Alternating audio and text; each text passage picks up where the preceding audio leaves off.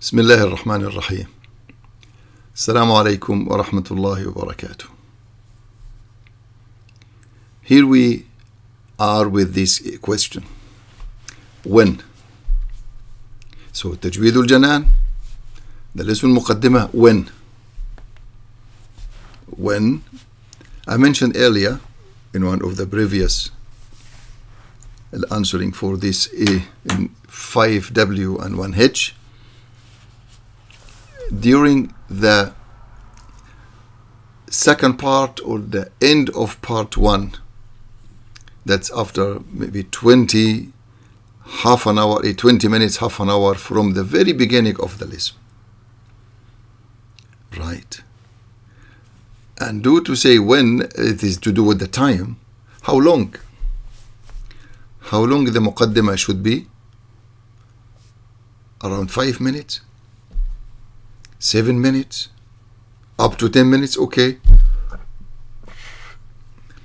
Do we need any time to give for reflection?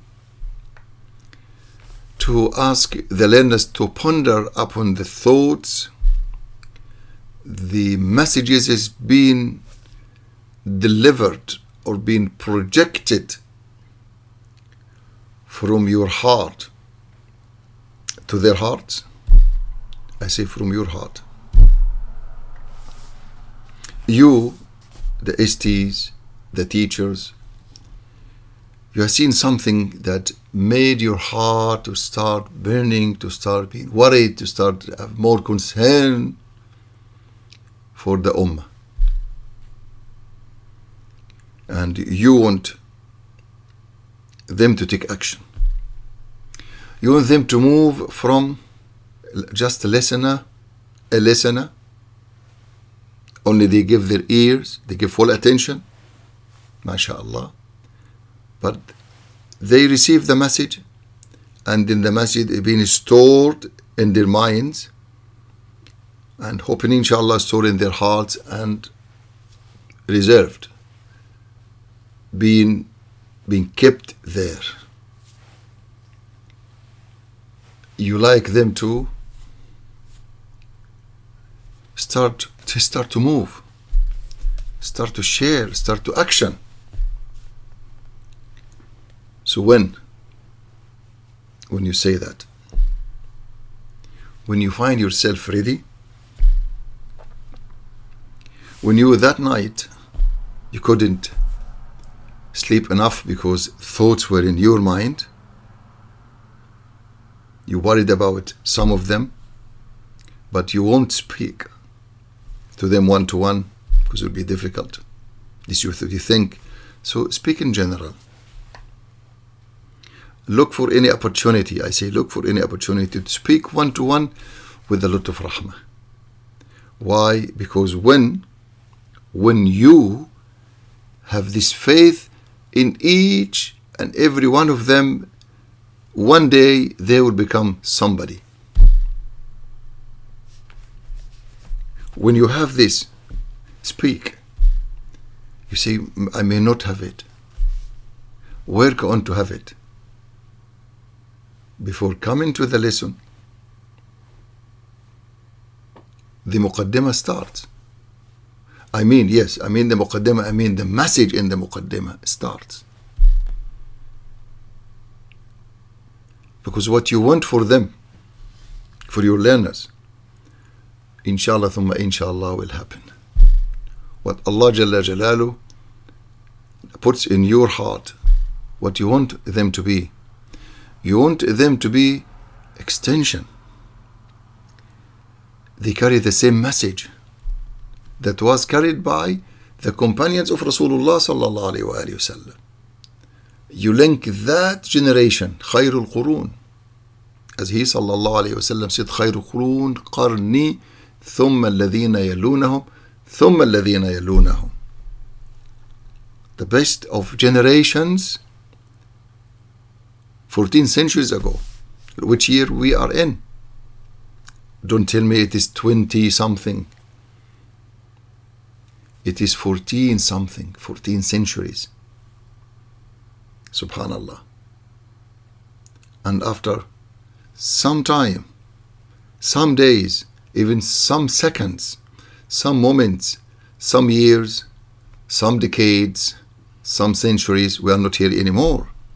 So when is to link this time, this is the time frame from the beginning of Islam, of the time of Rasulullah sallallahu alaihi wasallam, till the end of this world. You link them. You want them to receive the message from you as you received from my humble self. Even you improve that message to make it clearer, stronger, wider, more rahmat in it, more mercy in it, more peace in it, more confidence in it.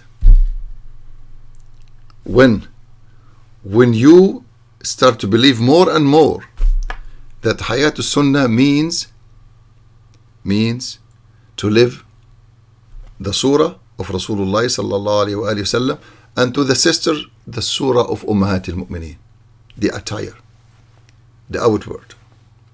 And then the seerah, we all hear this few times. The surah, seerah, the day-to-day's life, the conduct, the social interaction with people, with our neighbors, with our colleagues, with our locals, that we are there for them. And the third, the most important, that Tajweed al-Janan, the muqaddimah in Arabic, in fiqh, whatsoever, is for that, is sarira. When you are out in da'wah, when you are out in tabligh, when you are in the libas sunnah as the brothers, and remind them and take them and look after them. The sisters, when you are head to toe veiled, head to toe veiled. The veil, the face cover, is in Islam, of course, is in the Abrahamic faith, both in Judaism and Christianity. I say many times to dear Bintis, read about veil, face cover in Islam, Judaism and Christianity is there. But don't veil from being active, being there for your community, being in schools and colleges and street and consultation with the local police. Don't be veiled. Veil is honor, but not the veil as we understand in our culture. Two different things.